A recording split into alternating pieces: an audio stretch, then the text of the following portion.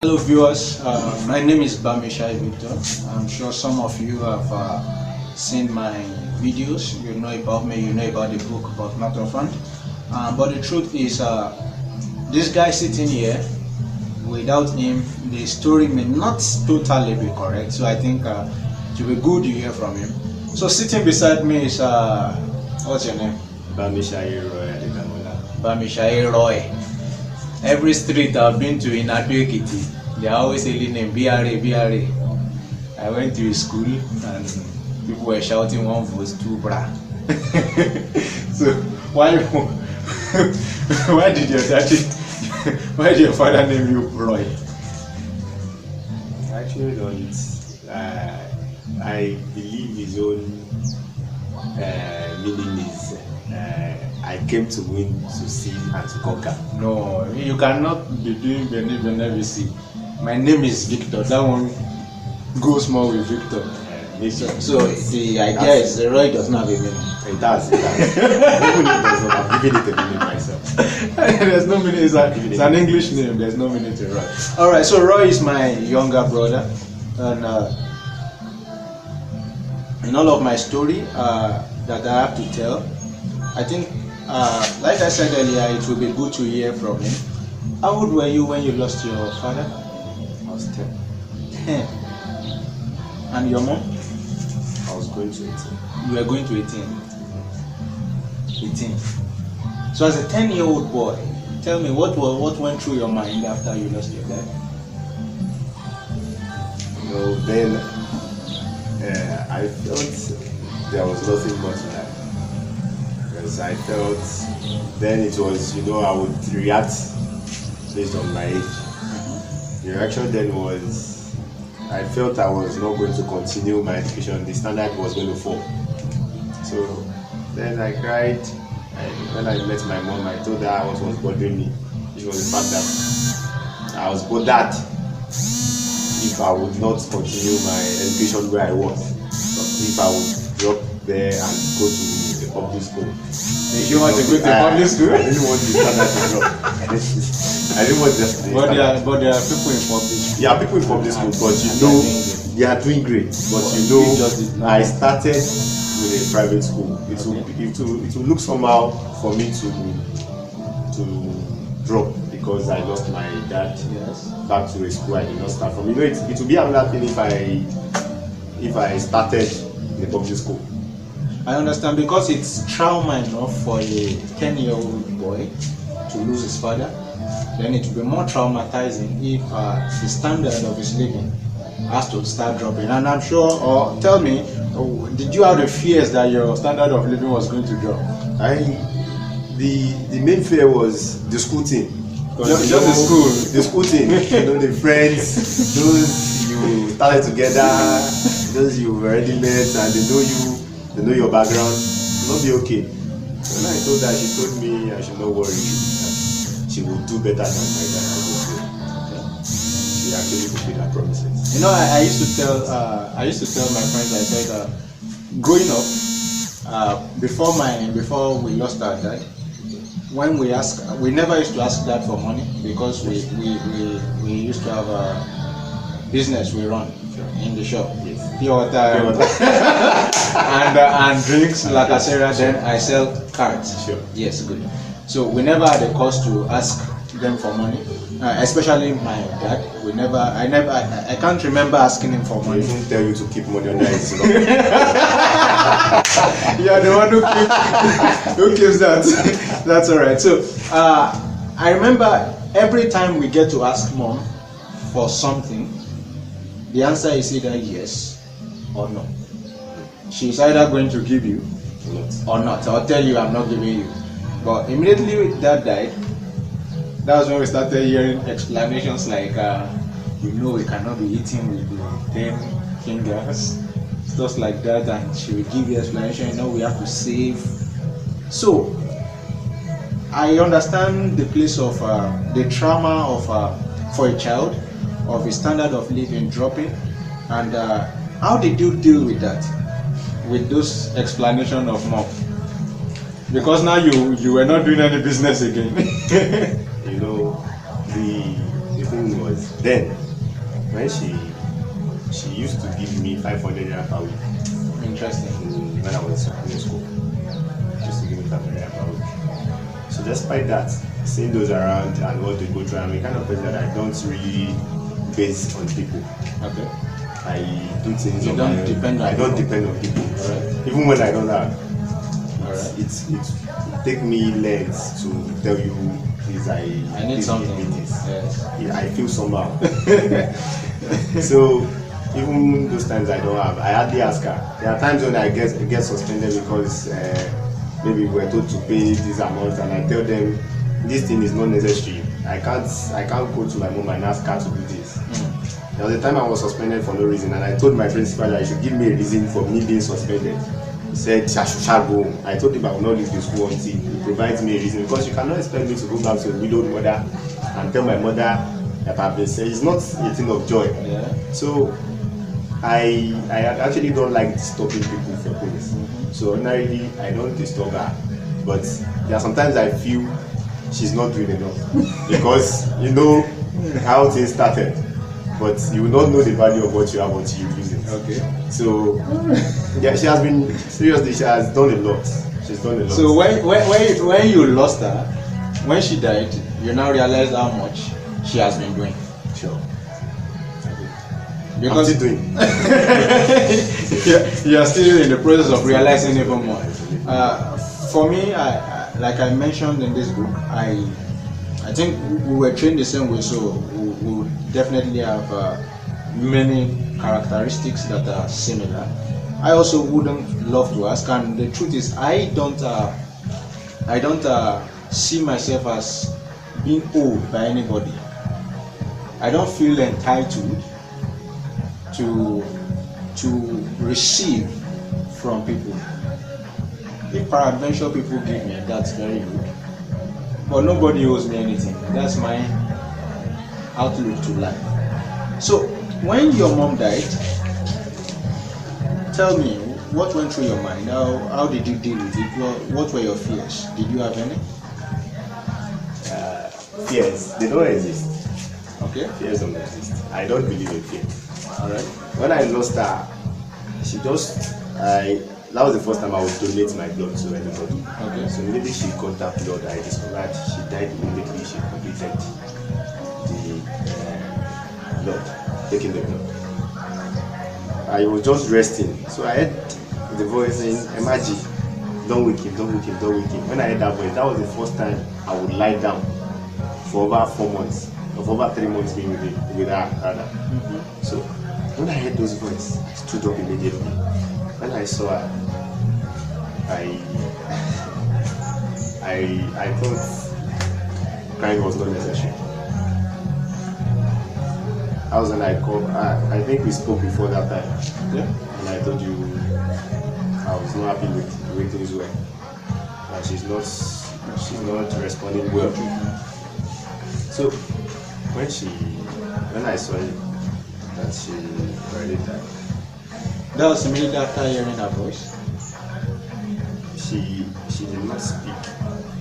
So somebody else said, "Don't Somebody wake him." else. I'm wicked. So 3-4 days before she died, she could not speak. But a day before she died, she started talking. And the only thing she would say, she would tell me, she would look and then tell me that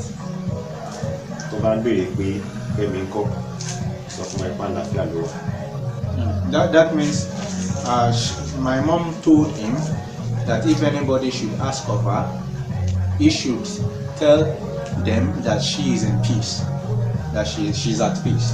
Yeah, she's at peace. So when she started telling me that, so I would be smiling, not knowing what she meant. So I didn't even know by that time she was at the gate. Seriously, that was how people termed it. Yeah. So I would ask her again, "Mommy,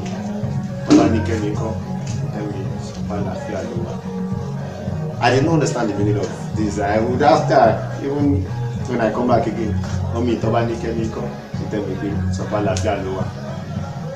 that was the time she was even very tired. I wanted her to smile. around the evening time. She was very tired. I wanted her to snap. I now told her, she was so tired. So I said, that was the last thing I heard from her. So when I stood up, I saw her. She was already gone. I now started reminiscing those words he said.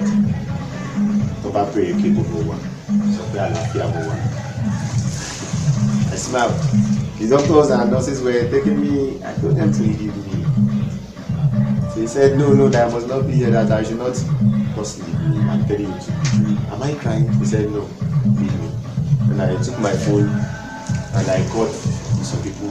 I told them straight away. The only thing that came to mind was, he that giveth has taken, or that giveth he comments on it. That was how I just put it. So people were like, what's going on? Are you joking? Because of the way I told them. Maybe they expected me to be crying. Expected a kind of response. A kind of response. So I told them straight. The nurses were like, they were bored. Like, I told them to call the ambulance. It's a death we all. So moved her. Before she died, when we were in hospital, I took this free jam by the government free jam. So I took it. Then I was free. So I took the jam. So it happened that the next month was my post UTM after 2. So we started preparing for the burial. The only thing that was on my mind was for her to have a befitting burial, but that moment I knew I could not give her a befitting burial that would suit me. Because you did that, you are just a 18-year-old boy. So the best I could do, I did. And what was on my mind then was, I told her, there was a time I told her, we had a clash, a little clash, and I told her, I said, I know you have been trying, but I want you to understand that if you are not there, God will continue to take care of me. Because the God has been taking care of me and is helping you to take care of me. And one day when you are not there, I will still continue to give better.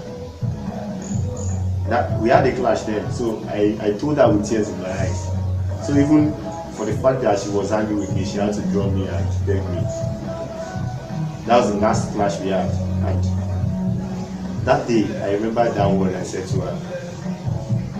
And I knew the only way to make her proud is when she sees me strong, and she sees me working hard to achieve things that she wanted to help me achieve. So there was no fear, because there is nothing, I don't believe in fear. So the only thing that was on my mind was how to get into school and continue life. Life goes on at any point in time. No matter what anybody faces in life, you have to know that life goes on. So far you know that your destiny is tied to what you believe in. It's tied to you and nobody else. So I discovered that my destiny is tied with me and me alone. So I had to go on, even in the presence of nobody, in the absence of anybody. So I persisted. Like you have said, one of my principles in life, and one of the reasons why this book was written and why we are sharing our story, is that we want everyone listening to know. I don't know what you've lost, I don't know who you have lost, but your dreams, your destiny, your purpose is not attached to what or who you have lost. So in other words, I as an orphan, my dreams was not buried with my parents. Was yours? No. So even when they went to the grave, I still kept, and he is still chasing his dreams. You're still pursuing purpose. It's tough. It's hard. It's more difficult than when they were alive. But we are still moving. We are still pushing. I grew through ranks. I became the president of the Nigerian Student Association Ukraine. As of that time, I had lost my mother. Today, he is the welfare director of the student union government in his university. Yes, I make jest of him that he's playing local politics. I am doing the international one. But the truth about this is that we still keep dreaming. And that's why I wanted you to hear from him. I believe he is a lot more stronger than I am. Honestly, I will tell you that. Because I can't imagine losing my own, at such a tender age. Father at 10, mother at 17. It's quite strong. And he was the one at her bedside, her deathbed, right? At her side, while she died. So he was through all those processes. He saw all those things. I was told, so you can imagine. I didn't have much. I had a third-hand experience. I didn't see it happen. I was told, but he was there. He donated blood. He did everything he could. And at the end of the day, for a young boy exposed to such, still carrying on and saying, I will dream on, I will pursue my dreams. You are listening to me. Your parents are alive, you've not lost anything, you've not lost anyone. What's your excuse? You have lost some things, you have lost someone, you still do not have an excuse. Because the truth is, God, who created you, has a purpose for you. And if you will stay in line and you will not quit, you will win and you will be victorious. You will have a story to tell. And maybe like me, you will be able to write, but not often. From despair to inspire. From despair to inspire. Roy, what do you have to tell the people listening that you think can help them from how you have lived your life? One thing I've noticed in life is some are sighted but are not situated. Some are gifted but are not lifted. But one thing you have to know is, no matter what it is, you have to continue to work hard for whatever you believe in. Without parents, I still parent. Even though I'm motherless, I'm not motherless. And without a father, I'm still going father. It depends on what you believe in. Continue to work hard. Continue to strive for whatever you believe in. A man can only succeed by working for his beliefs. And whatever you believe in is what you believe in. Keep strong. You've heard it? That is Bamisaye Roy, BRA. One vote to Bra.